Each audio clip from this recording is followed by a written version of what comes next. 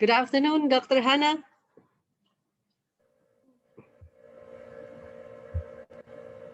Hello, good afternoon. Yeah, okay. Yes, some of us already here, 10 already. Yeah, about 8 then. Okay, great. Okay.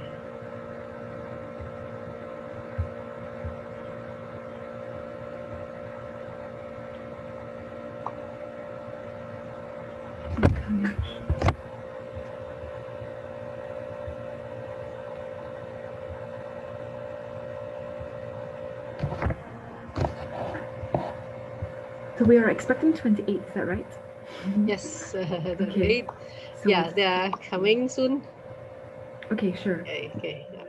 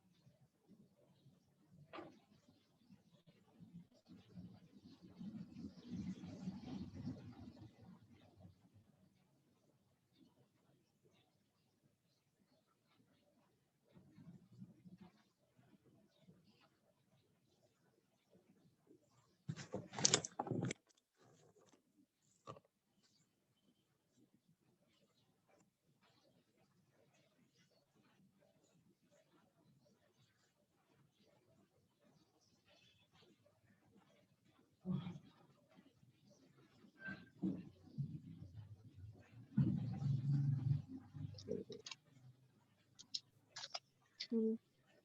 Kira di hutan, ternyata gue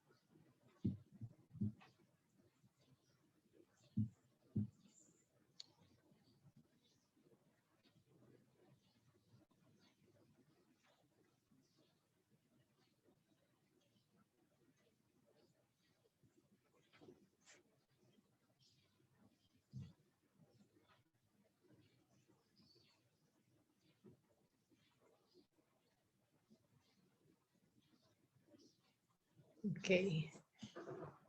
There are 18 participants. Dr. Hannnah, I think they are still trying to get in because it is raining here. Yeah, but of course you can, yes, take your time. Okay. Okay, yeah. Yeah, I can Is it? hear winds. Okay. Oh yeah. It's windy. Yeah. Yeah, it is raining. Okay.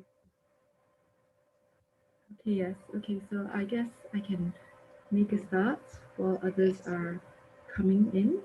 Yes.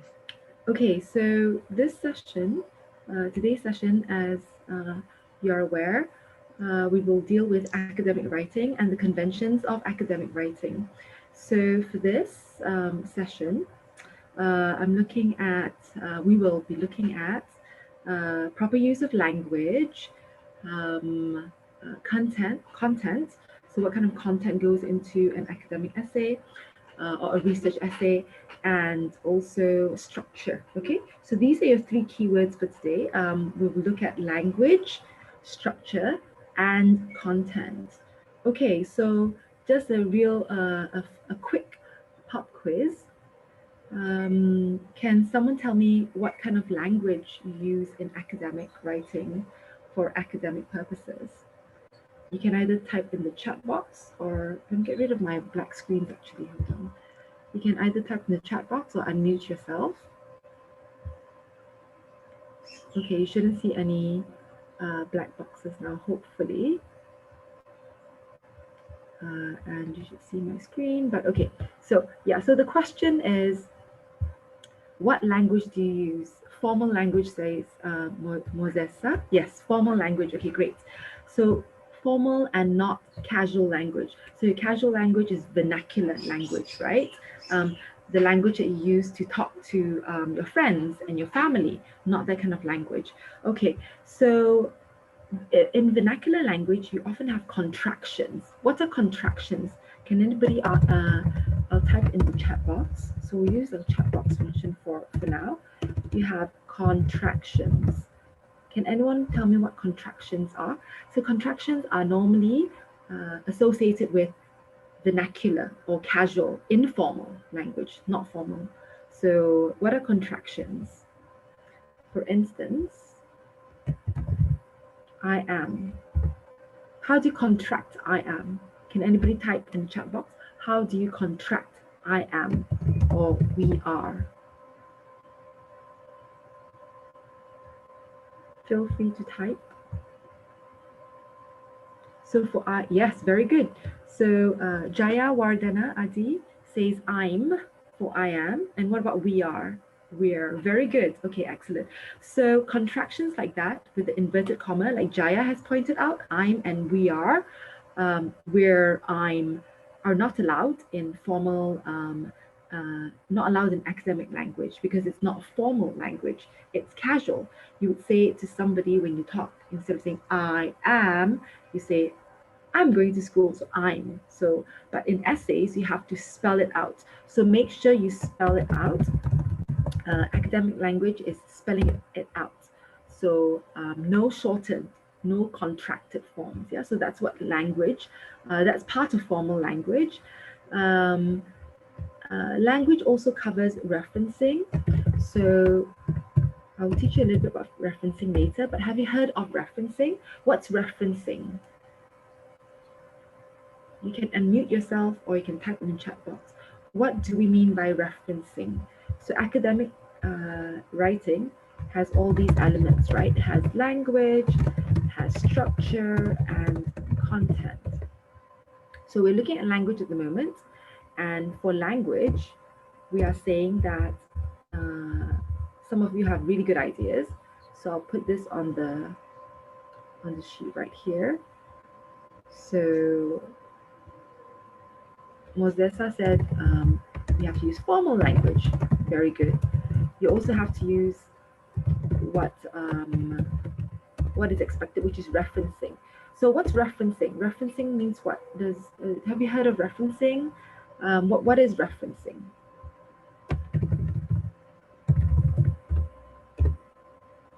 Referencing is used when we are quoting or paraphrasing somebody else's works, right? So it's not our idea, and we want to use other people's works, and so we have to incorporate it in our academic essay. So that's where the referencing comes in, and you've probably heard of various referencing styles like APA or MLA or Chicago or Harvard style. So these are all the referencing styles. And it's a way to incorporate or include other people's works into your essay. So you are referencing, you're saying this scholar so-and-so said this and this, or this theorist said this and this. So if you're using Orientalism, Said's Orientalism, you want to reference him, you want to point to him, and you want to bring it into your conversation, into your academic essay. So that's when you have to use referencing. Okay. Let's go back to the 3 keywords for today. Can we scroll up? Okay, let's go back to the 3 keywords today. So language is one of them. Then we have structure. What do we mean by structure? What is structure? What is the opposite of structure? Maybe to define structure, we can give the opposite of structure. Feel free to type in your chat box. What do we mean by structure? Or you can unmute yourselves. So what is structure? Apa ni struktur, right? In Malay, struktur. So your academic essay, you need some structure. You cannot just have a set of ideas that are not structured, right? So if they're not structured, you tend to in bahasa we say menyeleweng. You talk, but there's no relevance to you go out of topic, right? So Muhammad Fatin Nur Hidayat, thank you very much. You say pattern. So there's a pattern. I suppose arrangement, says Muzeza, very good. We're getting somewhere here. So the pattern, the arrangement, the organization, it needs to have some sort of organization. You need to organize it in this structured pattern. So in an orderly manner. So we're talking about order, we're talking about relevance, right? We're talking about jangan menyeleweng, or don't go off topic. So this sort of thing. So structure is important to show that you are still on topic, because you will have an essay question or essay topic, and then you want to show that you are on topic. You are answering the question. You are relevant, that your points are relevant. So you need structure, okay, for us to understand your argument. So, okay, so language, bahasa is one, structure is another one, and then content. So what is content? Tell me what content is. What do you mean by content? Feel free to type in the chat boxes as well. What is content? What's a Malay term for content? Well, everyone should know this. What's the Malay term for content? What do we mean by content? Anybody?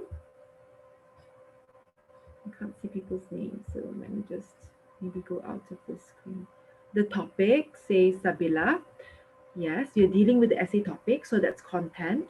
The matter, something, so the matter of the topic, so the issues related to the topic. Apa isu-isunya kan? So you have the issues related to the topic, the matters, subject matters, very good. So in Malay, you would call it isi kandungan, right? Your isi kandungan. So you have your points, right? Putri says the matter. So it means points, your points that you want to include in your essay. So your isi, right? Isi kandungan. So the topic, the points that are related to your essay topic. Very good. Okay. So these are the 3 keywords to that we will be thinking about and talking about how to improve language, how to improve our structure, how to improve and how to include relevant isi kandungan, right? So this is all part of academic writing. If we go to, if I scroll down. Okay, so today we will deal with essay writing. So at the end of the day, what you are expected to do at the end of week 16 is to produce an essay, right? So to produce an essay, you need to know the tools. How to write an essay. It's good to have ideas. It's good to read, and it's good to include what you read and analyze what you read, to have those ideas. But at the end of the day, you need to put them down into words, right? You need to organize your thinking and put it into a piece of essay. And so we're talking about paragraphs, essay structure. So the tools of an essay, the building blocks of an essay, will be your paragraph, right? So we'll look at model paragraphs. We'll also look at paragraphs checklist, the things that you need to check off to check that your paragraph is a good paragraph. You don't want to write bad paragraphs. We'll also be talking about transitions between paragraphs. So an essay will contain more than one paragraph, right? If it's one paragraph, atau bukan essay tu, one paragraph is just one paragraph. An essay contains how many paragraphs, guys? At least how many paragraphs? This is a good question, if I may say so myself. So how many paragraphs minimally are needed in an essay? Can anyone type it in the chat box? So in an essay, how many paragraphs do you think are needed? The minimum, the bare minimum. 1, 2, 3. Fantastic. So Shafrina, well done, well done. You get lots of brownie points. So you say 3 paragraphs. Now, kenapa 3? So why do you have 3? I'm sure you have something in the back of your mind. So each paragraph stands for what? Why do you have 3 paragraphs? Yes, Jaya has got the correct answer as well. Minimally, at the bare minimum, of course, at university standard, you need more than 3 paragraphs. But for an essay, for you to say, oh, this is an essay, you must have at least 3 paragraphs, right? So the first paragraph is usually, what do you call? It starts with an I. First paragraph is your, you can type it in. Very good. Okay, who said that? Was it Fatin who said that? Yes, the first paragraph is your introduction. Very good. And the second paragraph is contains your body, right? Your body. And then the last paragraph is what you call the conclusion. Correct, yeah. So minimally, we expect at least 3 paragraphs, right? For you to claim that you've written an essay. There's an introduction, there's a body, and there's a conclusion. So 3 paragraphs. However, for an academic essay, you can have more than 3 essays because your body is going to be broken up into more paragraphs. Yeah, you can have 1 introduction paragraph, 1 conclusion paragraph, but your body normally has several, 3, 4, 5 paragraphs, right? So each paragraph contains what? Each paragraph contains points. How many main points in 1 paragraph? So here we are looking at the points. So for each paragraph, how many points do we have?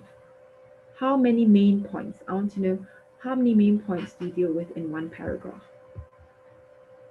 Can you guess how many we need in 1 paragraph? 2 main points perhaps, says UD. Okay, 2 is actually stretching it. You normally say 1. Yeah, 1 to 2 points enough to go. Because if you go more than that, it's too complex. You just start a new paragraph. Yeah. So we want to focus. You want to ada sikit focus, relevance. So you want 1 main point each paragraph.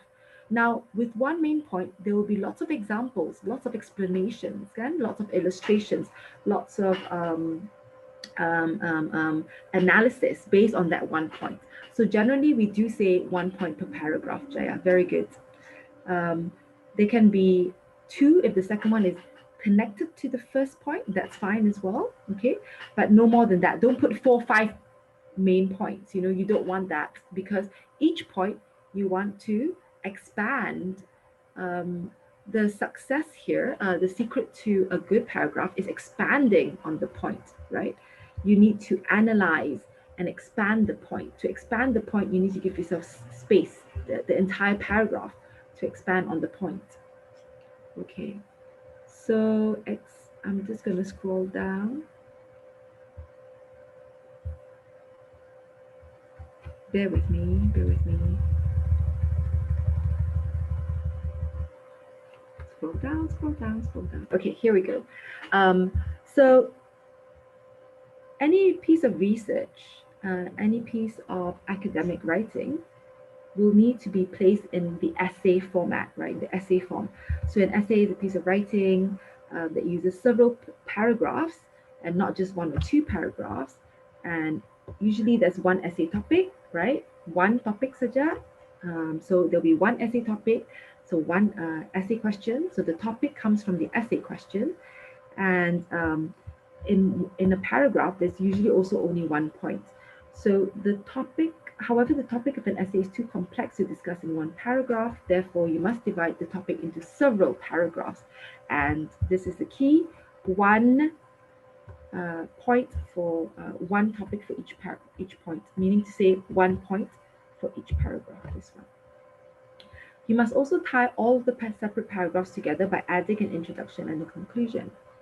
So tadi, you guys responded by saying that there are at least 3 paragraphs. Excellent. So you know that you need an introduction. You know that you should have a body, and you know that you need a conclusion.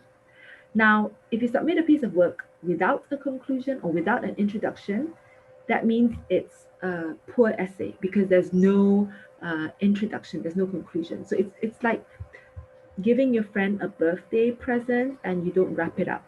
So you don't wrap it up, and then the presentation is lacking lah, kurang lah, right? So if you want to present a birthday present, the nice thing to do would be to wrap it up, even sometimes tie a bow, a ribbon, for instance, right? So your wrapping up and your bow is your introduction and conclusion. It's actually necessary because an introduction prepares your readers for what is inside the box, right? You want to prepare your reader. Your reader will be your teacher, or whoever who reads your essays will want to prepare themselves for your points, right? Don't terkajut like that. Oh my goodness, suddenly you're just talking about this point randomly. So you have this introduction and a body and conclusion. Okay, so how do you write in an introduction, and what should you include in an introduction, right? So here it says an introduction consists of 2 parts. Maybe I can zoom in a little and we can nampak a little bit better. Here we have, it says general statements about your subject to attract your reader's attention. So the most important thing here is the thesis statement. So last week I mentioned this. Thesis statement. Thesis statement is your argument, right? Your approach to the topic. So I can have a topic, but the topic is just a topic, right? It doesn't tell me how you're going to analyze it, how you're going to, what you're going to argue. So the thesis statement will state specific subdivisions of the topic or the plan or your essay plan. So a thesis statement for an essay is just like a topic sentence for a paragraph. It names a specific topic and controlling ideas or major subdivisions of the topic. Okay, this will become clearer later. You might be thinking, you're confused now. Don't worry, it'll become clearer in a little bit. Okay, let's move to the body first. So a body, as you mentioned, right, it contains a few paragraphs. Each paragraphs contain one main point. Now for the paragraphs, you need to organize the ideas. You organize the ideas either using logic, it's logical progression of ideas, or you are it's a chronological order, or you're comparing and contrasting, right? And so on and so forth. Okay, then the conclusion. The conclusion is a summary. So a summary of the points that you already discussed in your essay. It's a summary of, it can highlight the most important point that you discussed in your essay. Okay, question, quiz time. Can a conclusion raise a new point? Can it include a new point that was not discussed in your essay body? Yes or no? Very simple. Type in your chat box. Can a no? Okay, very good. Who says yes? Anybody says yes? Marah kunit. Who says yes? So in your conclusion, right, you cannot put anything new. That's right. Everything in your conclusion has to be has already has to have been already discussed in your essay. So conclusion, don't bring in point baru, right? It's just a summary of the main points that you have already discussed in the body. Okay, so that's why it's called conclusion, because you're not introducing anything new, right? You should have done it in your introduction and in your body. Okay. Then you would have heard of this linking expressions between paragraphs. So transitioning between one paragraph to another paragraph. Linking expression or transitions include things like in addition, what else? Furthermore, moreover, consequently, or if you're introducing a point that is different from your previous point, you can say in contrast, however, but these are all linking expressions, yeah? Okay. So you can see that writing an essay is essentially the same as writing a paragraph. An essay is just longer. It's a long version of a paragraph. Okay, so now I have a pretty picture here. So hopefully this will get your attention. Here we have, it says essay here on the right-hand side of your screen. You should see introduction. So introduction is general statement on the topic. So it introduces the topic. So just general statement. What is the general background of the topic? And then your thesis statement, your approach to the topic, and your overview. Overview is essay plan, your essay map. So you will discuss point A, point B, point C, point 1, point 2, point 3. So it's an overview, okay? So you get the general gist. You get the gist of what an introduction is. It introduces the points that you will discuss in your essay. So the body consists of, this is one paragraph. So A is one paragraph. So a paragraph normally starts with a topic sentence. Topic sentence, and it means the sentence containing your main point. So if each paragraph contains one main point, then the topic sentence, the first sentence or the first two sentences of the paragraph will state that point, okay? And then the rest of the paragraph will support. Apa ni support? What is support here? What do you mean by support? So what is support?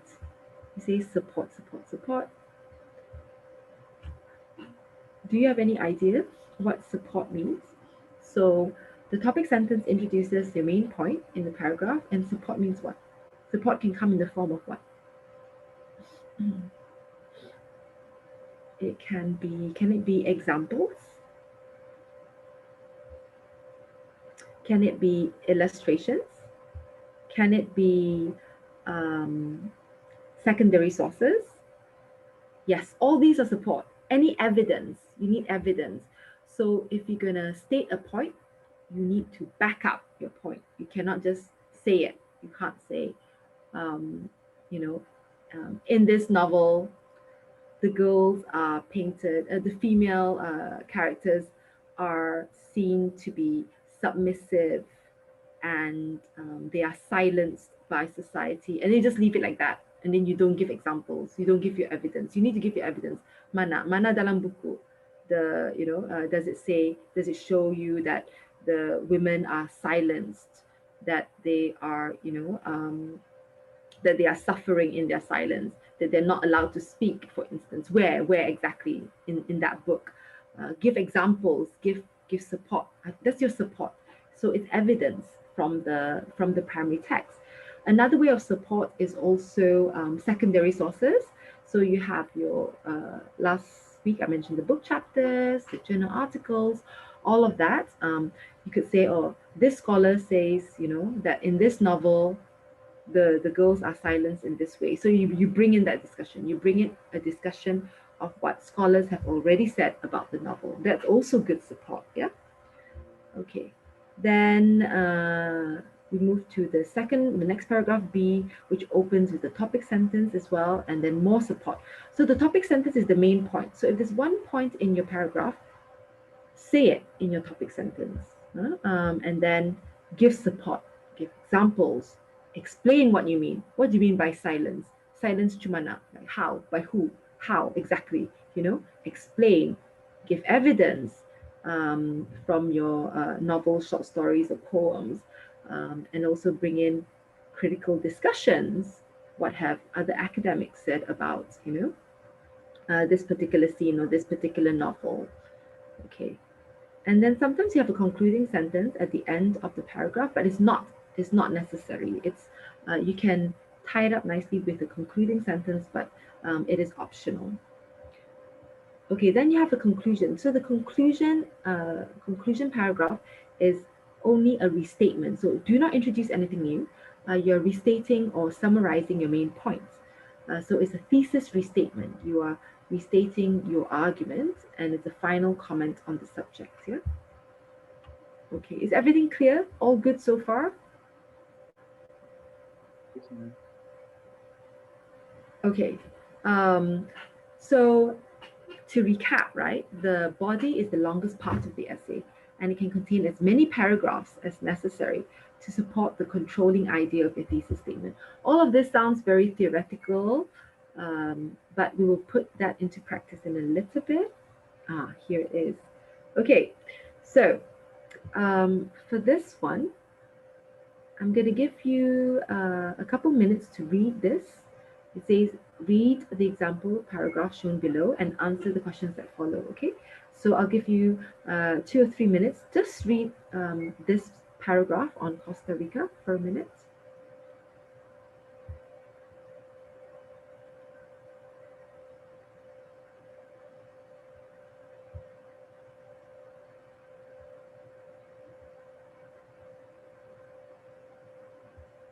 In fact, maybe I can get somebody to read it out loud. That's even better. Who shall I get? Let me see. Putri. Is there more than one Putri? Putri Ari? Yes.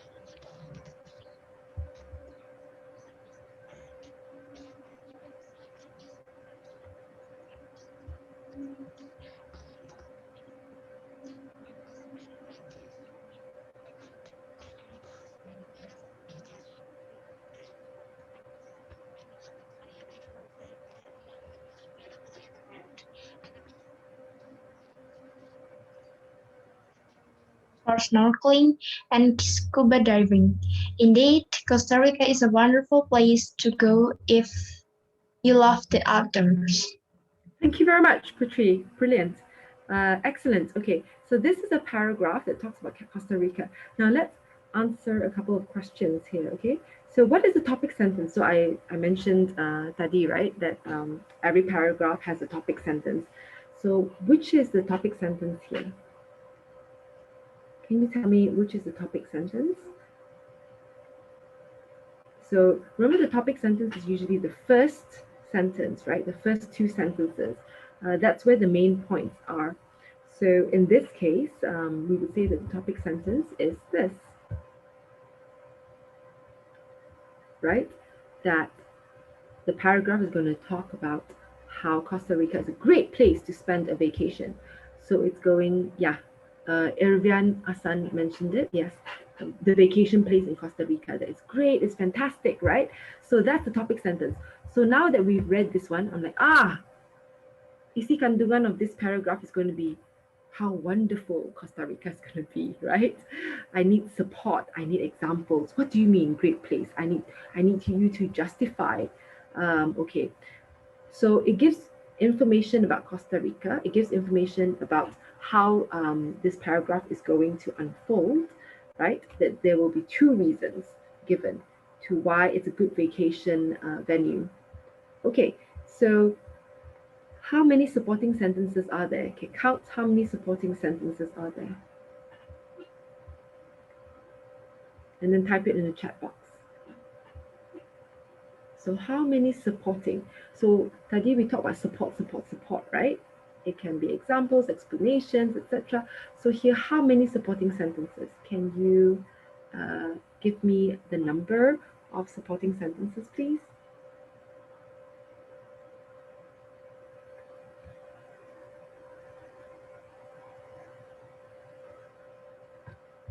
Okay, I've got a couple of responses here. 6. Okay, let's check. Excellent.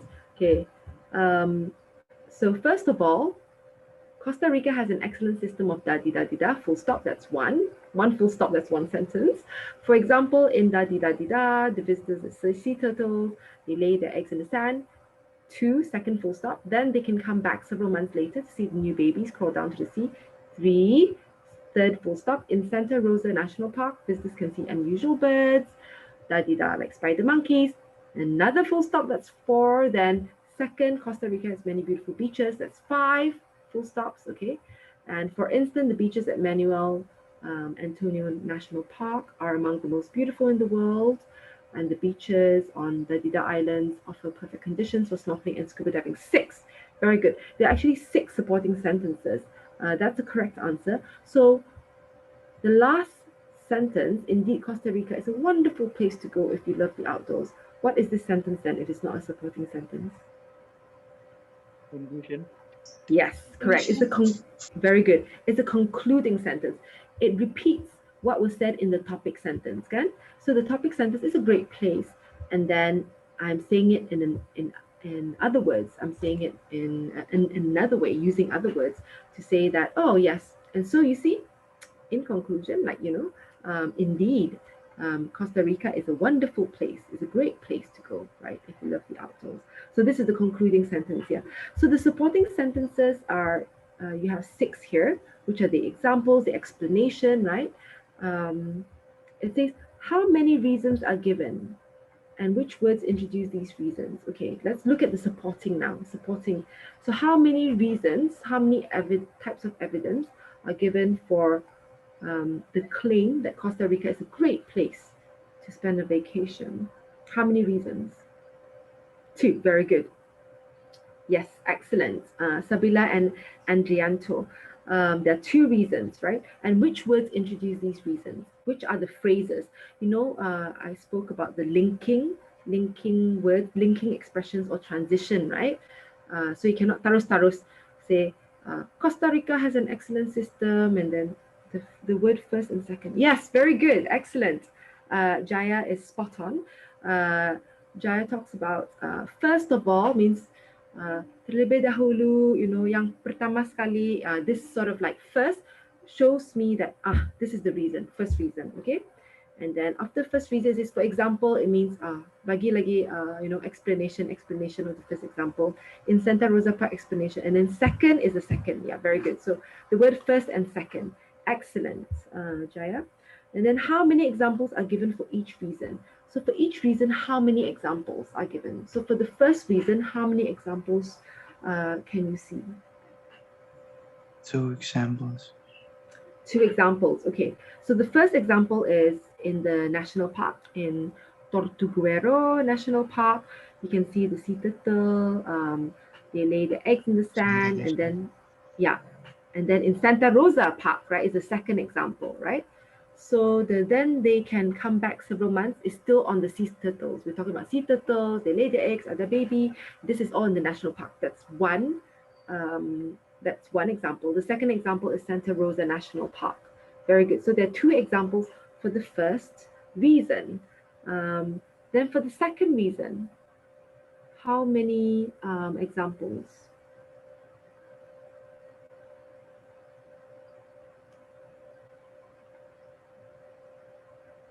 How many examples for the second Also two, I reason? guess, ma'am. Pardon? Also two. Also two. Okay. It says the second reason is a great place to go on a holiday is because it has beautiful beaches, right? So the example of this beautiful beach is the beaches at the Manuel Antonia National Park. That's one, and the beaches on Kanoa and Kokos. I think there are three actually examples of the three beaches. Kanoa, beaches on Kanoa and Cocos Islands. But anyway, two or three, right? You can see, you get the idea.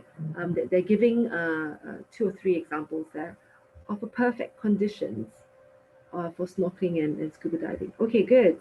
And what is the concluding sentence? We have this concluding sentence here. Indeed, it is a wonderful place, right? So wonderful and great are synonyms. It's just repeating what the topic sentence mentioned, right? See? It's just using other words. So instead of saying a great place again, you just use a wonderful place. There you see, I've given you an explanation. I've shown you, I've proved to you that Costa Rica is a wonderful place to go. So this is what a paragraph looks like, right? It has a topic sentence, it's got supporting sentences or support point. So support point, support reason one, support reason two, and then examples, and then you have your concluding sentence.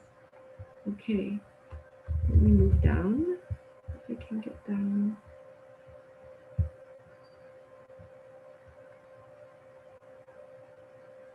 Yes, so we have done this actually. Yeah. So reason B, two examples. Reason A, each have two examples, and then topic sentence and a concluding sentence. Fantastic. Well done on that exercise. So here is a paragraph checklist. Checklist means things that you can include in your paragraph to make sure that it is a good paragraph, that you've written a good paragraph. So this is edited from Writing for Success, a practical guide for New Zealand students. So first of all, inside the paragraph, the dalam paragraph, you have you should ask yourself, do your paragraphs introduce and develop one idea? Yeah. So based on the Costa Rica example, what was the one idea? The one idea is to show how Costa Rica is a great holiday destination, right? The point is that it's a wonderful place. It's a great place to go for a vacation. So that paragraph dealt with one idea. The second question to ask is this one. Maybe I can get people to read it out, so you aren't sick of the sound of my voice. Jaya, do you want to read out the second question? So you can just unmute yourself and then read out to the class the second question. Have you got a mic?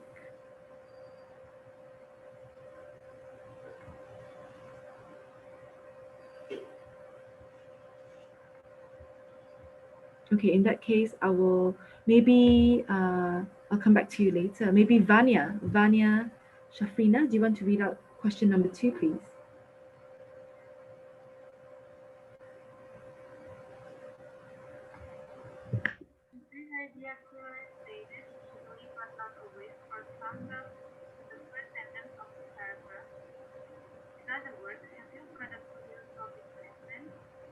Very good. Okay, so we all know that you should deal with one idea and develop it, right?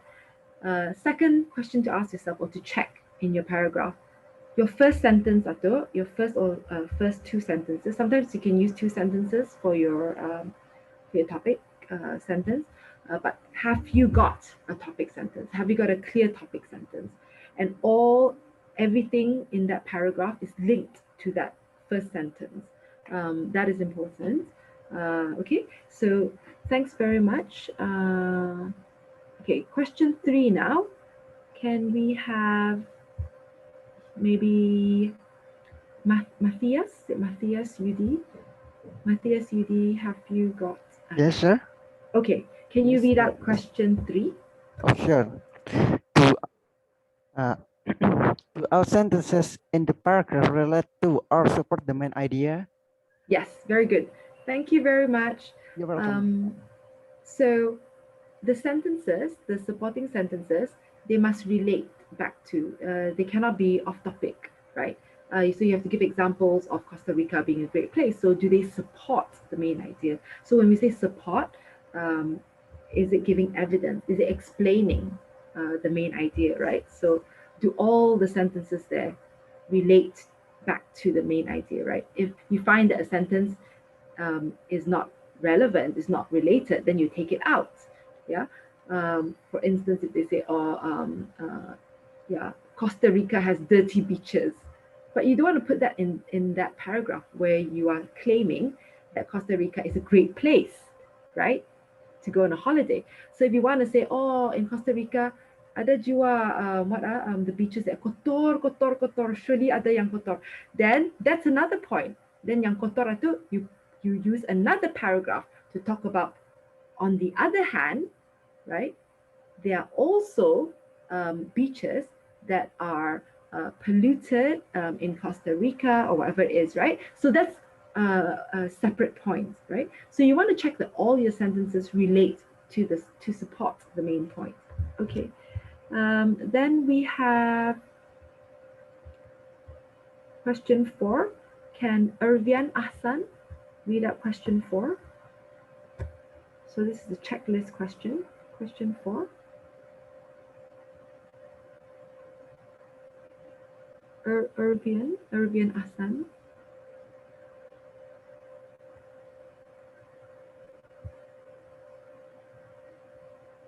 Or we can come back to you. Maybe you can get Sri Diana Sari. Diana Sari, can you read the 4th checklist question? Sri Diana Sari.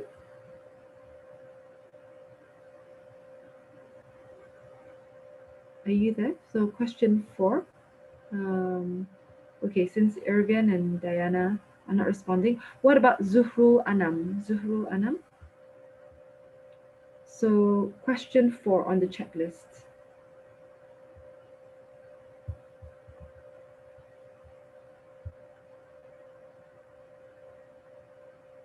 Okay, let's move to someone else then. Mozessa, are you there? So question 4, Mozessa. Yes. Do the sentences in a paragraph follow a logical order or of development? Yes, very good. Thank you, Mozessa. So the sentences in the paragraph must ada logic by the order, right? You cannot put the second reason first or the first. If you want to put the first reason, you need to put the examples first. You cannot terbalik, right? It has to have some order, right? So going back to the Costa Rica example, you put your first reason and then you give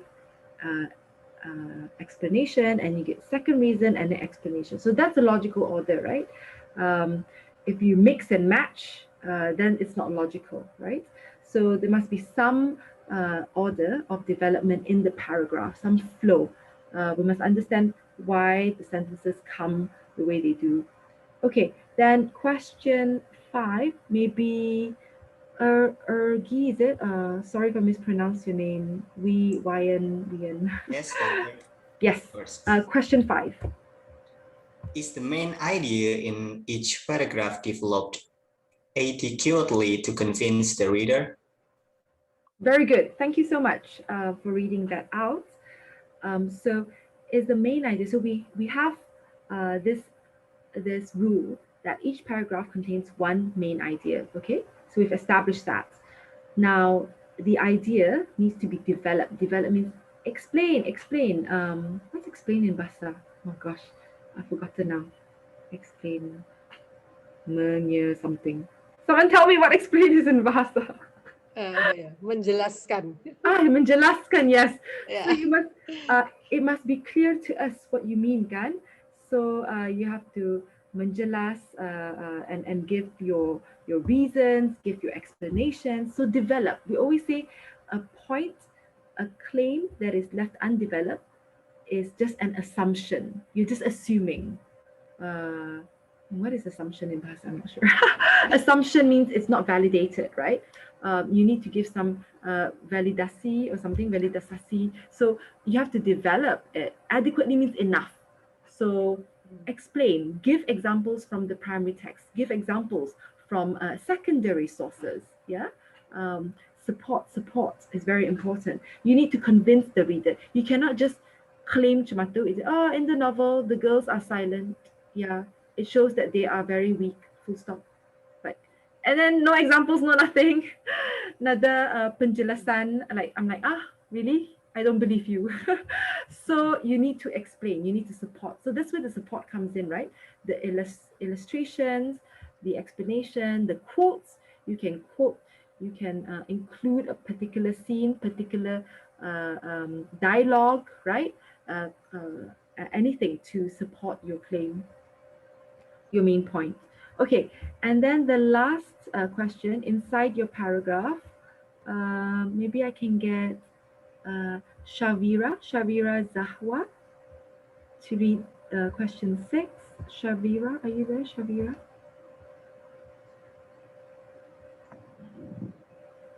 Or Rizal Fadilah. Rizal Fadilah. Is Rizal there?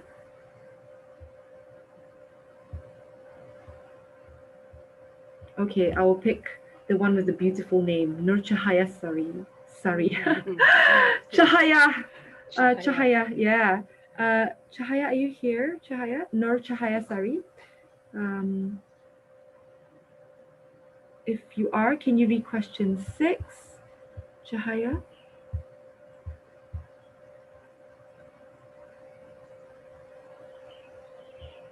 Okay, I'll come back to Cahaya. Maybe Mozessa, since I can see Mozessa. Mozessa, question 6. Do your paragraphs include explanations, descriptions, examples, evidence, reasons, or results as appropriate? That's right. So your paragraphs, thank you very much, Mozessa, Andrianto. Your paragraphs must include penjelasan, deskripsi, right? Examples, contoh-contoh, yes. Evidence, right?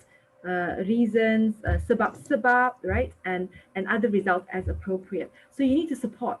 You cannot just put it there, put your point there and say, nah, that's what I think. Atau sejak. Cannot. You have to convince.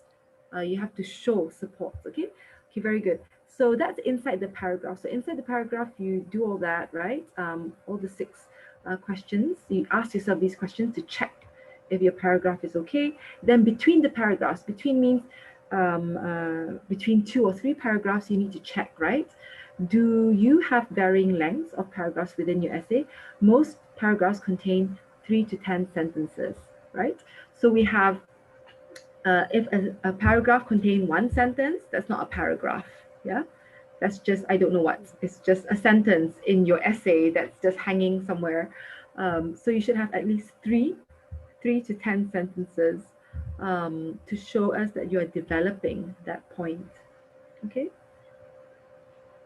Next, between the sentences, between paragraphs, do the paragraphs follow on logically from each other? Yeah.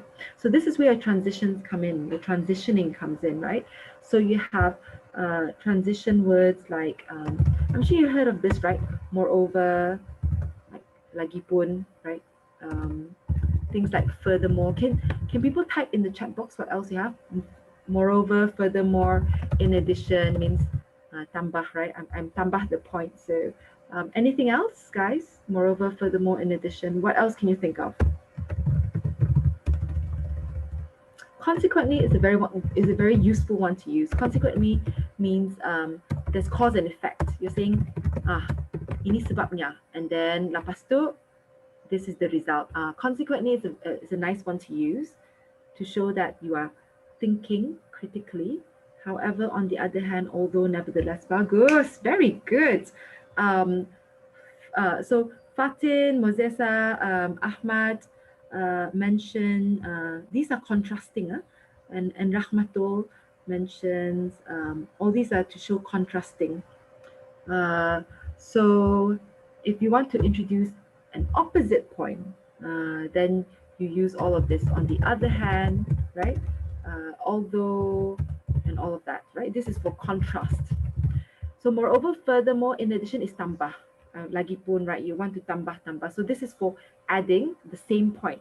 So this is if you want to introduce a contrasting point, the next point is contrasting, then you use you signal it. You say, reader, look, di sebaliknya, I want to raise another point, the other side of the argument. So on the other hand, although, nevertheless, very good. So this is this signals to us tanda-tanda there is some flow between the paragraphs, right? So we understand where each paragraph fits in, right? Whether it follows on or it is introducing a separate point. Okay, then question 9. It's quite a long question. Can I get who's here? Can I get Rahmatul to read question 9, please? Yes, ma'am. For your introductory paragraph, have you introduced the topic, state the essay's main argument, and set out how you intend to answer the question? Thank you very much, Rahmatul. So in the introduction, in that first paragraph, you need to introduce your topic. Your thesis statement means, your main argument. So what's your main argument? So what do you want to say about women being silent in the novel? What is it due to? So what's your main argument about women's silence, right? The silencing of women is not an argument, it's a topic, right? But what do you want to say about it? What is your, so what about women, right? And their silence. So you need to put in your argument, and then you need to set out how you intend to answer the question. So your essay plan, your essay overview. So you want to look at how you want to look at, let's say, their action and their speech and how they interact with family members as well as friends. So that is, so if you mention that in your paragraph, then I expect in the body that you will look at the speech, the perkataan-perkataan, the conversasi of the character, and also the actions of the character, right? And their relationship with their family, relationship with their kawan-kawan, and all of that, right? So you need to give us an indication of how you intend, how you wish to, how you plan to answer the question, right? What are the parts of your parts in the body of your essay you want to include? So you mentioned your essay overview, Ato, in your introduction as well. Okay, so question 10. I'm going to get Vanya again to read this. Vanya, you have a lovely voice, so here, question 10 for you. Within paragraph, sum up the main point, state the main argument, and show the reader that the question has been answered. Have you achieved in your concluding paragraph? Very good. Thank you very much, Vanya. So your last paragraph of the essay is your conclusion. So do not forget to add the concluding paragraphs and a paragraph. And the paragraph, this paragraph does the job of summing up. So you're just summarizing what the body, what you've already said, right? And you're just restating, re-emphasizing, re-stressing, highlighting, right, the main arguments to show that you have stayed on topic, that you've answered the essay question. Okay, so introduce nothing new. Don't suddenly introduce, and you know what, in the conclusion, you say, and you know what, the representation of men are like this. I'm like, huh? But the entire essay you've been talking about women, right? About female representation, and suddenly in the last paragraph you mention, men's representation, or you know, or you introduce a new point which shouldn't be there. So make sure the conclusion just summarizes what it is that you have already said. Okay, so here we have transitions. We'll do a little bit of work on transitioning. Transitioning is when you're moving. When you're moving from one place to another place, we transition. So transitioning is important. The signaling is important because signaling shows connection, the connection between the ideas within a paragraph, and also connections between dua tiga paragraph, right? So it signals the logical order of your essay. Okay, so example, let's have a look at this example. In an essay discussing the positive effects of computers, the writer uses an additional idea transition signal at the beginning of the second body paragraph to show that another positive idea will be discussed. So this is like menambah to the same kind of idea. So furthermore, she repeats the first topic, communication, to link the two paragraphs even further. So she says, besides improving communication, so this is the start of a new paragraph. So this gives us an idea that the previous paragraph or the paragraph that came before that already talk about improving communication, right? So this is the start of a new paragraph. It says, apart from, besides improving communication, personal computers have made it possible to do business from home. So she's menambah to this idea of improving communication. Okay, so for additional idea transitions, you have besides, in addition to. It simply means that you're repeating the topic of the preceding. Preceding means yang terdahulu, the paragraph that came before it. So I'm just repeating the same topic. I'm not introducing an opposite point of view. Okay. So this technique helps link your body paragraphs into a coherent, cohesive essay. Coherent means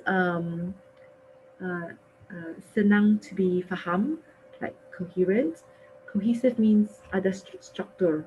So, senang for me to faham, so it's easy for me to follow the argument, and then it's cohesive as well. Cohesive means it all hangs well, it all hangs together, it's all relevant, semua relevant, semua orderly. Okay, so let's look at the following list of transition signals. We already gave some examples previously, but sentence connectors could be these examples, right? I'll let you read these examples yourself.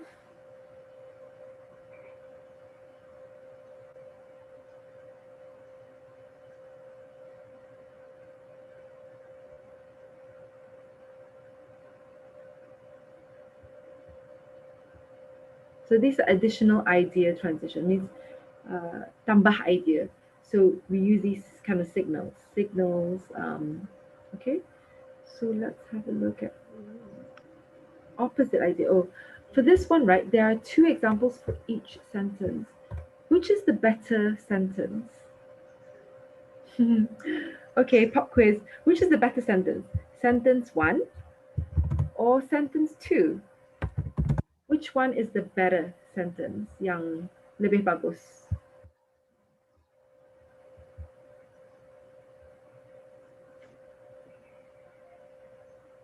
Okay, Asad said first sentence. Jaya says second sentence. Okay, we can have a discussion here. Okay, Putri says second discussion. Okay, so I will get second says Vanya. Second says Wardana. Okay. Second says Rahmato. Okay, hold on. Let's go back to Ahmad. Ahmad, I'm gonna get you to explain why you think sentence 1 is better. Can you explain to us why you think? I know you're the minority, and I'm not trying to pick on the minority because you're the only one who said that. But from your point of view, why did you initially, your initial spontaneous response was, oh, nomor satu bagus. Why is that? Why? Yes, Ahmad? More words are better, ma'am. Haha, no, it's not. Okay, so Ahmad says, more words. I mean, I think dalam bahasa, if more terperinci, right? If more perkataan is more terperinci. So for bahasa, it's actually, it actually works that way, I think. The more words, the better it is. And for bahasa Melayu, there's a lot of repetition. banyak this repetition. So for English, actually, the shorter it is, the better it is. It's concise. So it's essentially saying the same thing, right? But here you have two tokens or two repetitions of suffering, right? You have suffer here and you have suffer also. So it's repetitive. So for English, they don't like repetition. Whereas bahasa, repetition is bagus. It's part of the structure ayat, right? We love bahasa, yeah, repetition is good. But for English, if you can get rid of suffering, so besides the cold, so it's understood that besides suffering, besides suffering from the cold, we also suffer from hunger. So actually, dua-dua boleh terima. It's not that tidak boleh terima. Yeah, it is grammatically correct. This one as well is grammatically correct. But because there are two tokens, tokens means dua kali nampak in the same ayat. So normally they want to shorten it and they want to get rid of the first, this one, because this one is the main sentence. We also suffered from hunger. So suffered ani, you don't delete. Jangan don't delete it. But because this is the phrase, this is secondary to the main ayat. The ayat is kami juga lapar or something, right? We also suffered from hunger. So in addition to suffering from the cold, so suffering here we can get rid of. So in addition to the cold, we also suffered from hunger. Okay. So yeah, so this is just to be more concise. Actually, dua-dua boleh diterima, yeah. But for English, this is the better sentence structure, yeah, because it hasn't got the repetition of suffering. Okay. So in addition to the cold, we also suffered from hunger. Besides the cold, we also suffered from hunger. Okay. Right. And do you understand why we have taken suffering out from here? Because this is not the main ayat. The main ayat is ini, subject sama predikat, right? We also suffered from hunger. So this is the main sentence. So we're going to delete this one because we are deleting from the secondary, the frasa, is it? It's called, is the phrase. So in English, that's a phrase, and this is the full sentence, okay? Anyway, okay. Okay, now let's go to, thank you very much for answering that question. Let's go to opposite idea, right? Opposite idea. You were very good at this. A lot of you answered this. You mentioned if you're introducing an opposite point, right? You want to, let's say in your essay, you have to deal with the pros and the cons, right? You have to present a balanced argument. Even though you side with one side, you have to give both positive and negative. You say, oh, tapi there's more positive than negative, right? Women are seen to be more silent than they are vocal in the novel. Then you need to give two examples, dua-dua. Where are the women silenced and where are the women vocal, right? So if you want to introduce the next point, you have to say, on the other hand, however, although, even though, right? Okay, so here we have, despite the rain and hunger, despite being wet and hungry, we continued our hike.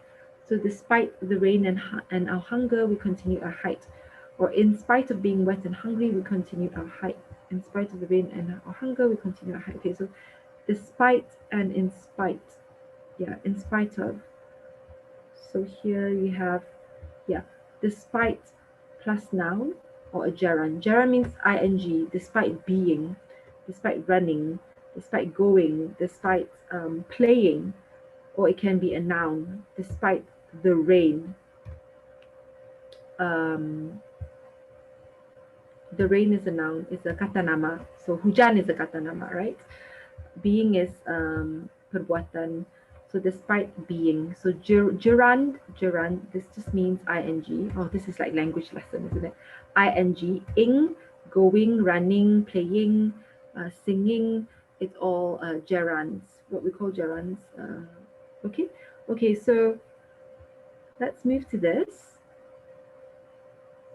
Topic sentences that make a transition from the previous paragraph. Topic of this paragraph is overseas airplane manufacturing. Oh, actually, this is an exercise. Oh, don't worry about this. Yeah, transitioning. So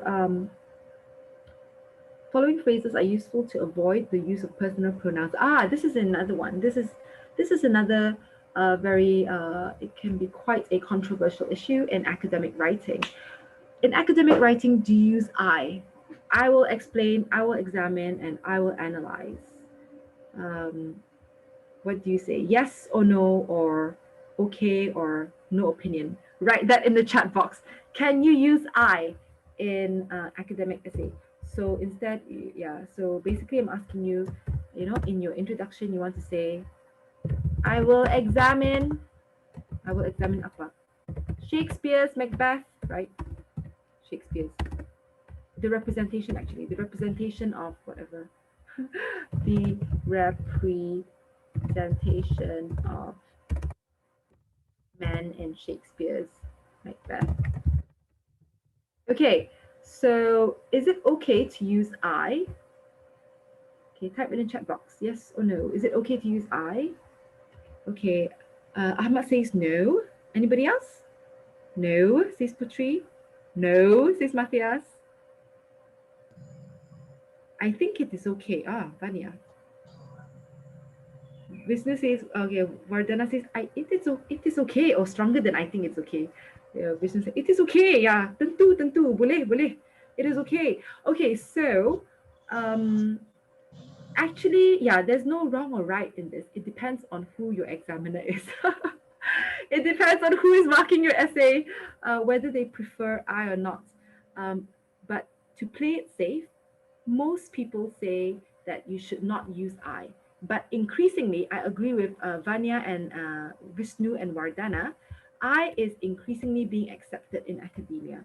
If you read journal articles, if you read book chapters, you will see that academic scholars are using I. It is still okay to use. It is okay. Increasingly, makin banyak lah orang pakai I, and it's okay.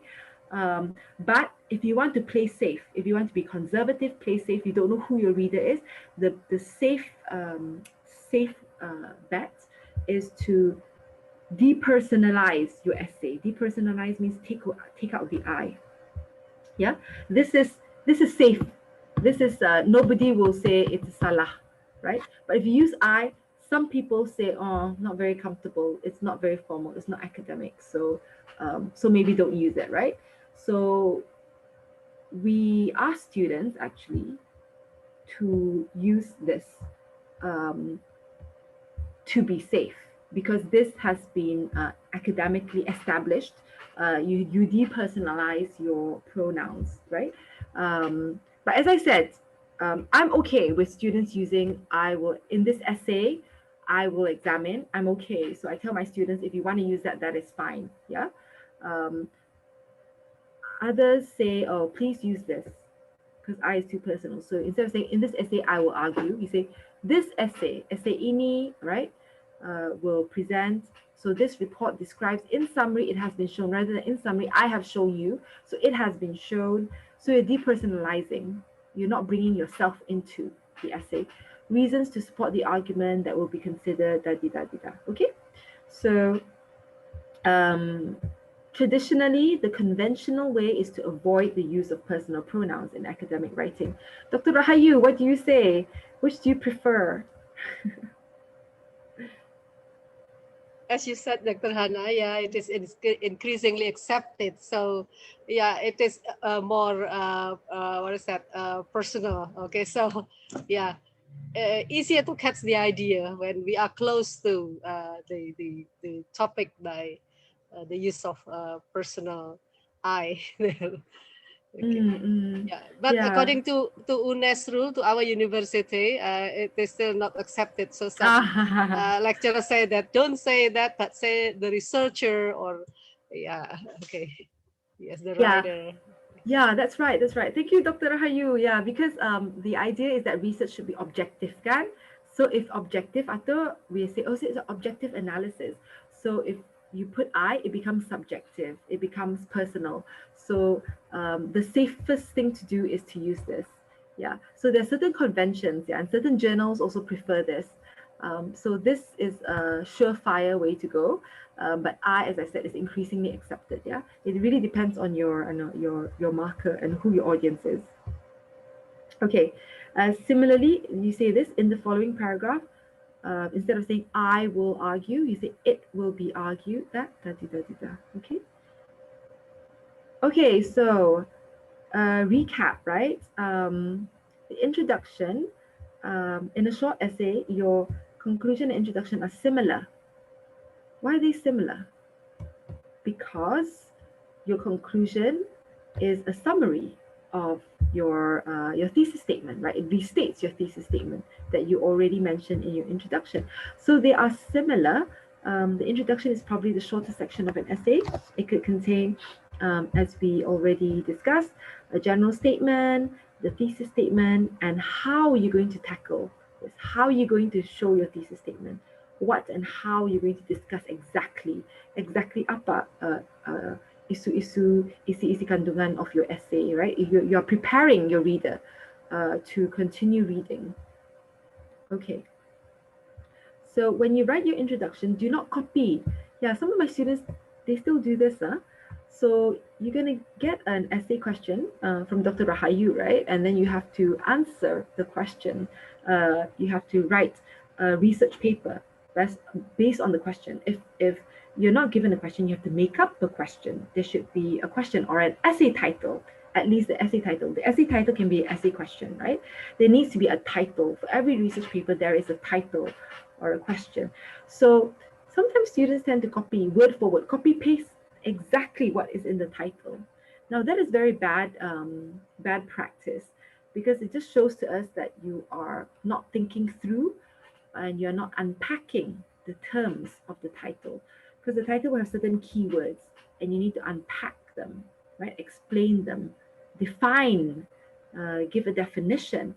So we ask students to avoid copying the essay title word for word. And also sometimes in the introduction, students tend to give a lot of background yeah.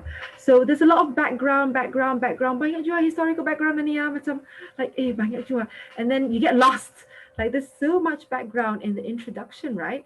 But that's not where the historical background should be. If you want to give background, give a brief background, because we are not interested in the history lesson.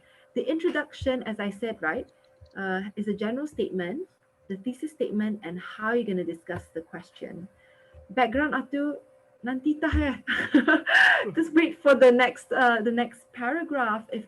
If the background is very relevant and you want one whole paragraph for the background, nanti tah. Don't put it in the introduction. If you want to put history, then maybe one sentence or two sentences, right? But don't have the entire paragraph. So sometimes students fall into this trap. They're like, I can't start talking about my topic until I give the background. And it has to be full background. Yang terpenuh, right? Full background. It's like, if I want terpenuh, I would just go to Google. I will just Google it. I will go to, where else? Wikipedia.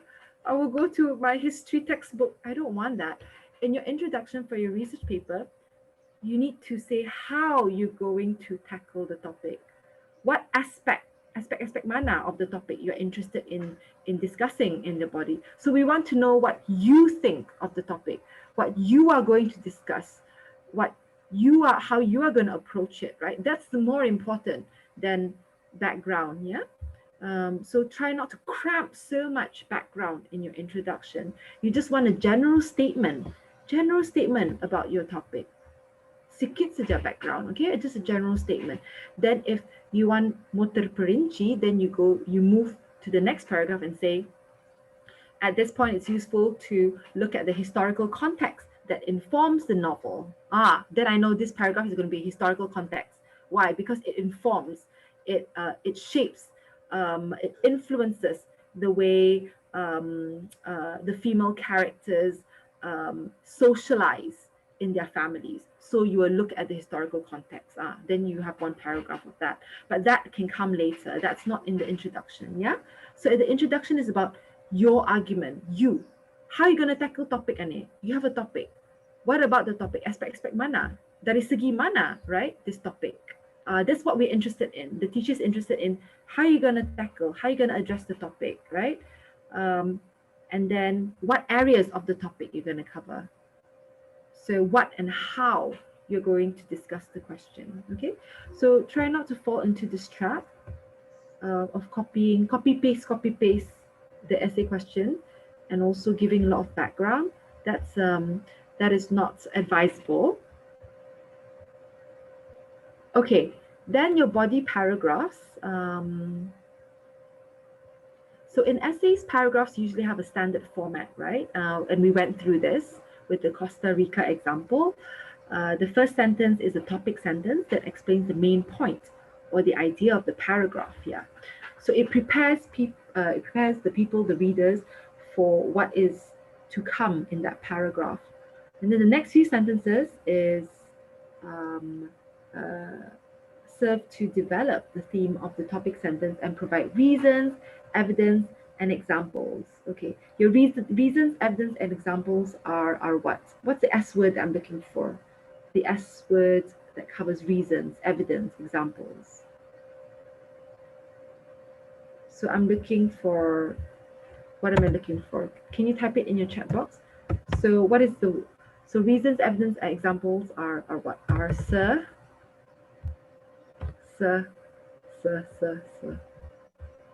Can anyone type it?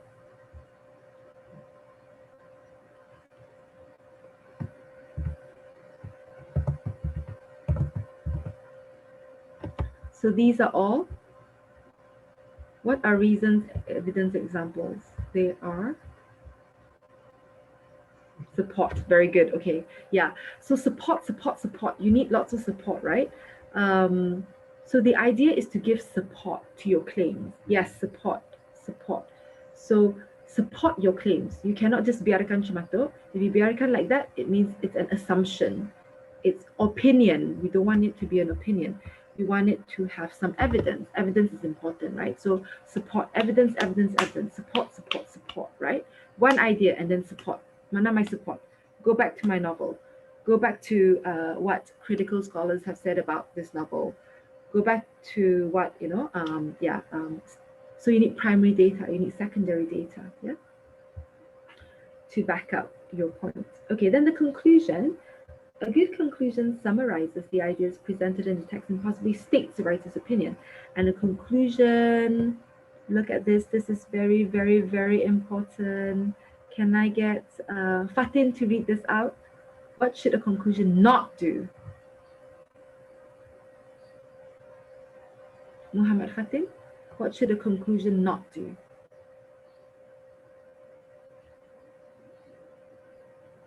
Yes, ma'am. So can you read out this last sentence here? Just read for us. A conclusion should not introduce any new ideas or information. Yes, very good. Thank you very much, Fatin. So nothing new. Nada baru-baru, topik-topik baru, or idea baru, any information baru. Do not introduce that. Even if you want to, don't do that. Yeah, because it is not.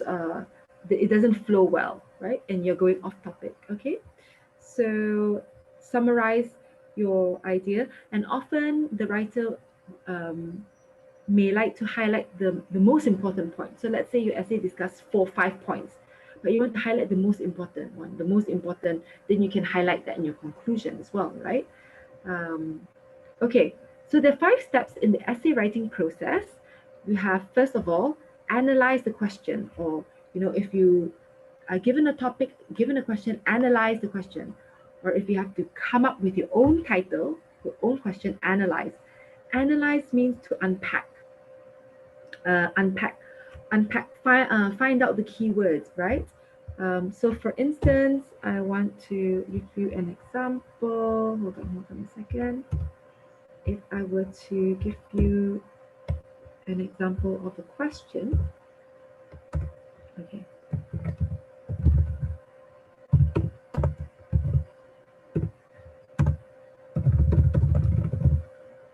Hold on.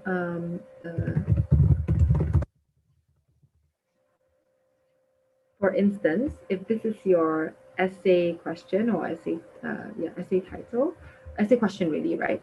An essay title will be an examination. In fact, this would be a title, an examination of the silent treatment, for instance.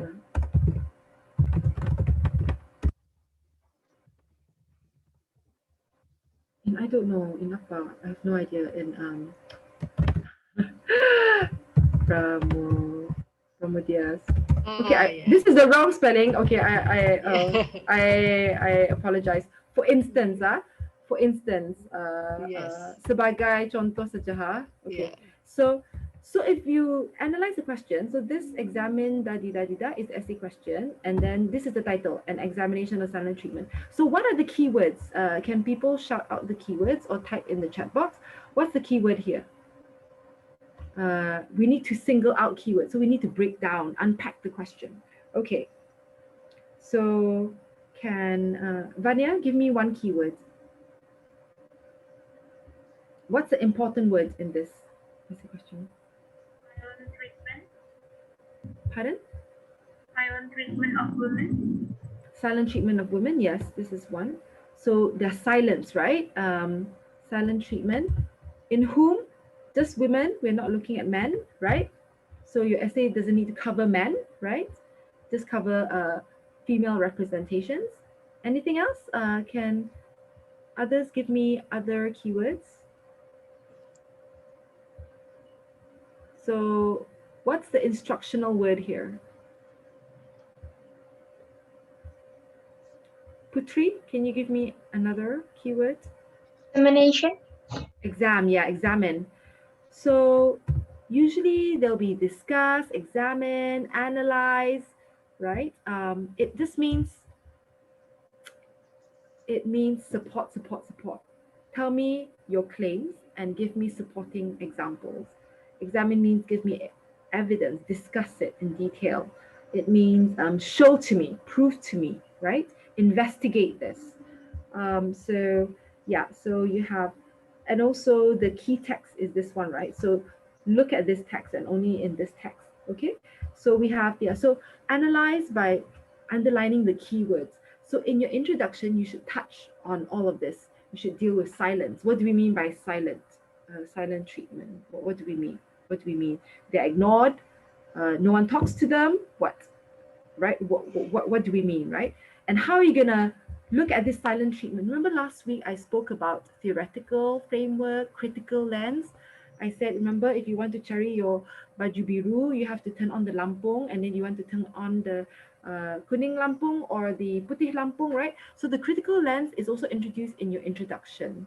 You have to mention how are you gonna approach silence. You're gonna deal with how you're gonna deal with whose theories, right? Are you going to deal with Judith Butler's theory of gender? Are you going to deal with Orientalism? Are you going to deal with, so what is your theory, right? So you can say using, let's say using Judith Butler's theory of gender performativity, right? I will examine women's conversations and actions in Pramudaya's, Buru Quartet. So we need something like that. We need to explain what silence means. We need to explain how we're going to approach silence, right? In what ways we're going to approach silence, and where, how, in the conversations, in the actions, in the family or in the nation. What you're going to say, right? The silent treatment where. In the house, in schools, in this sort of thing, okay? So you need to analyze, first of all, by underlining the keyword. And what I've done just now is brainstorming. You have to brainstorm on where, when, how, right? How I'm going to do it. Where are they silenced? So you brainstorm, come up with ideas, and then you plan. I'm sure you write this. This is like Tadika stuff, right? It's like brainstorm your essay, plan your essay, and then you write your essay. Lapas writing, you go back and reread your essay. So you have to edit your essay, right? Check for spelling mistakes, grammar mistakes, punctuation. Ada silap sana. anything that you made a mistake with, right? So these are the processes of essay writing. It's important to brainstorm and plan, definitely. Brainstorming and planning, and actually for research essays, researching is the most important. You have to research, and then you have to think, how can I use this piece of research that I've read? I'm going to put it in my reference list, referencing style. I'm going to put it in my bibliography or the reference list at the end of the essay. But how am I going to use it, right? Where am I going to use it? So I need to plan how I'm going to use it. Di mana, which section of the essay I'm going to use it, I'm going to introduce it. So this is all planning. So brainstorm. After brainstorm, brainstorm is you have some preliminary ideas, sudah, because you read Google Quartet and you have some ideas. So you tulis your idea about the representations in Guru Quartet, and then you research. You need your critical scholarship, you need your critical lens, you need your theory, you need to do all this. What lens you're going to use, and then Mana pakai ya? Di mana pakai? So you need to plan, right? Which section I'm going to put it in, with which point, which example I'm going to put it in. So you need to plan to structure, organize, cari tempat where you can fit it in, right? And then you tulis. Once you tulis, you edit it.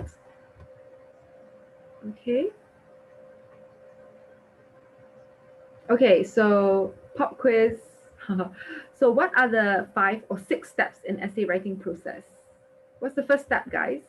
I'll hide it so you guys can't see it. What's the first step to essay writing process? It begins with an A. What is it? Analyze the question. Very good. Analyze, unpack the keywords. Okay, very good. Second step is what? Brainstorm. Yeah, brainstorm, because you will have ideas already. When you read the question, nobody reads the question, another idea. Kosong idea. Kosong idea? What do you mean kosong idea? You must have read the text and you must have your own ideas, right? So brainstorm. After brainstorm, what do you do? Research. Yeah, you do your research. Benarkah? Like, I have an idea. Benarkah? Luruskah idea ni? And then you go do your research, because you are producing a research paper, right? Go research. What do other people say about it? What is the view of other people? I need to know, right? Do research. And then after that, what's the next step after research?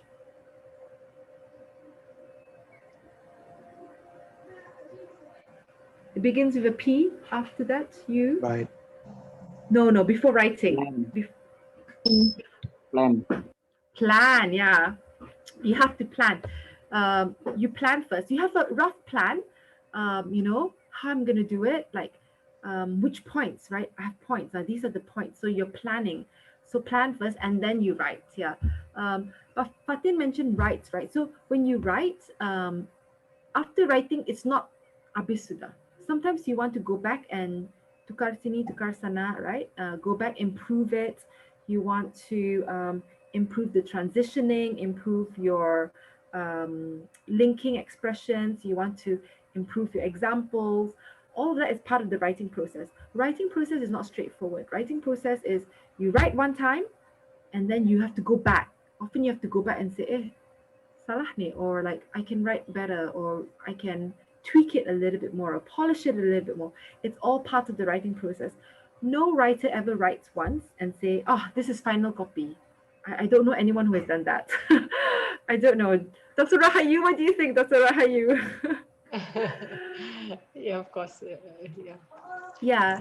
Usually writing, there are drafting processes. There's like first draft, second draft, third draft. Many times. Yeah. I don't know anyone who has written something and said, nah, I need final. I will not change anything. Very, very rare. Yeah. So the writing process itself is continuous. There's drafting, then you have first draft, second draft, third draft, and it's okay. Don't feel discouraged if you get feedback and Dr. Rahayu or your classmates say, Ani, macam kurang lah sini, must improve sikit. Don't feel discouraged at all, because the writing process is a continuous process. It's a drafting process. Often you have first draft, second draft, third draft, I tell you, while I was writing my book, Engaging Modern Brunei, editing that book, I think I went through 10, 11, 12 drafts of chapters.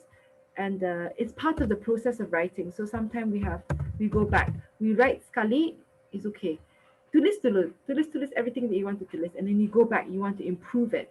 You want to put stronger evidence, stronger support. You want to put in more critical stuff. Then you do first, second, third drafts. So writing is not a straightforward process, and don't be discouraged if you have to go back and improve it. It is perfectly normal. We all go through it.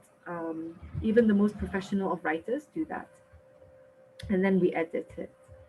Okay, so let's move to command words, right? As I mentioned, examine is one of them. Then you have things like analyze, which means, look very detailed, examine in very close detail. You have compare and contrast, show how two things are similar or different. You have define, you have describe, discuss. Yeah, very rarely you will get, for literature, research in literature, you get define and describe. Very rarely. Usually we have discuss, analyze, evaluate, examine. Listing is also very rare, because we are in humanities, so there's no wrong or right answer. It's all about your argument, your support. It's all about your point of view and supporting. It's not like 2 + 2 = 4, right? There's a right answer. 4 is the answer, and if you get anything but 4, it's salah. But for literature, it's not the case. For literature, it's not 2 + 2, right? For literature, is your point, support. Show me that you are right. Show me your point. Clarify, right? So we are in humanities, so it's different from the hard sciences. Show. So give evidence of, make clear, demonstrate, illustrate. It just means bagi penjelasan. That's it. Yeah. Okay. So yeah. So what do you do once you've analyzed your topic? You need to plan. Okay. So break the task into steps. Allocate time to each step. Oh, it sounds like very time consuming. Yes, it is. It is time consuming. Because you will need to, here there are 3 stages. So the first stage says to plan, to research, to organize the material, right? And then organize the essay plan. Also your reference list. It's important to put, as you are doing your research, don't lose your stuff. So if you found something, record it, put it in your reference list. Dr. Rahayu will be very impressed that you have done your research and you have put it in your reference list. She's like, you did some homework. Very good, right? It's in the reference list, right? You have looked at updated new material as well as historical material. Very good. So the reference list is important. So if you find something on Google Scholar, right? I want to simpan. Yes, log it, record it, put it before you lose it. Download the piece, put it in your reference list. This is part of organization of your material, right? And researching. Okay, then the second stage is draft, right? So the writing is actually drafting. Writing means write. First draft, second draft, third draft. So example, write your introduction, write your body, write your conclusion. So you're writing, right? And then you write your first full essay draft, and you use your essay structure, you use introduction, body, conclusion. And then third stage is this editing lah. Checking, check, grammar check. Now you have all the technology software to do that, right? Do your grammar check, your spelling check, your punctuation check. Run it through the Microsoft Word system. The grammar here, right? You can do grammar check. Let's see, where can we do the grammar check? So you can do here, right? You can choose your English. You can choose US English or UK English right down here in the Microsoft Word component. You can run checks, right? You can review. You can select your English, you can run reviews, you can do word count check, spelling and grammar check here, tick here, spelling and grammar check. Kalau ada typos, you can pick it up here, right? And and just check basically. Okay, So, oh, any questions at this point? Actually, we have run out of time, almost run out of time. But I've gone through, I've gone through the main stages. I hope that was useful to you. Any questions?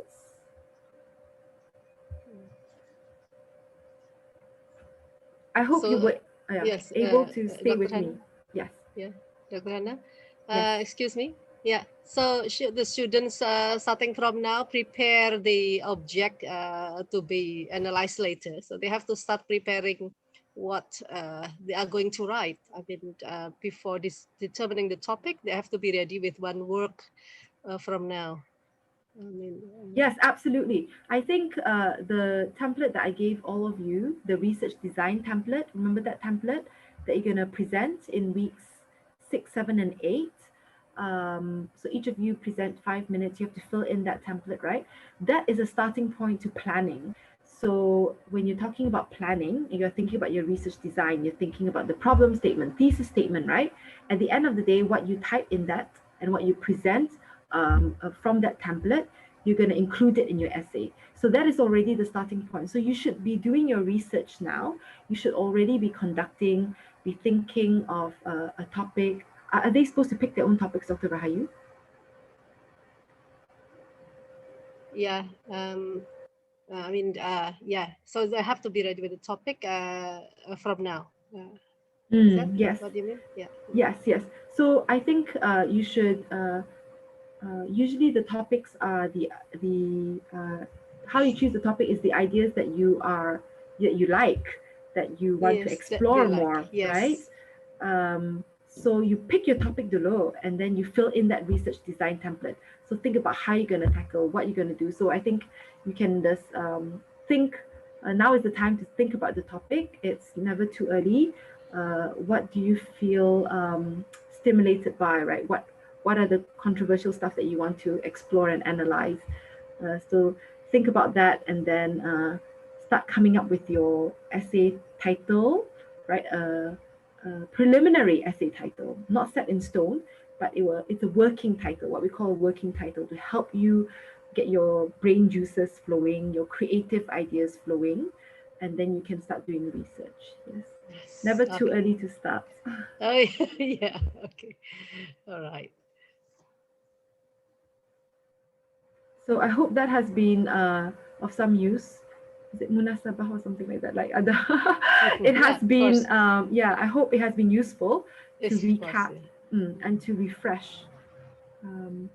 Okay. Any other questions before we end the session?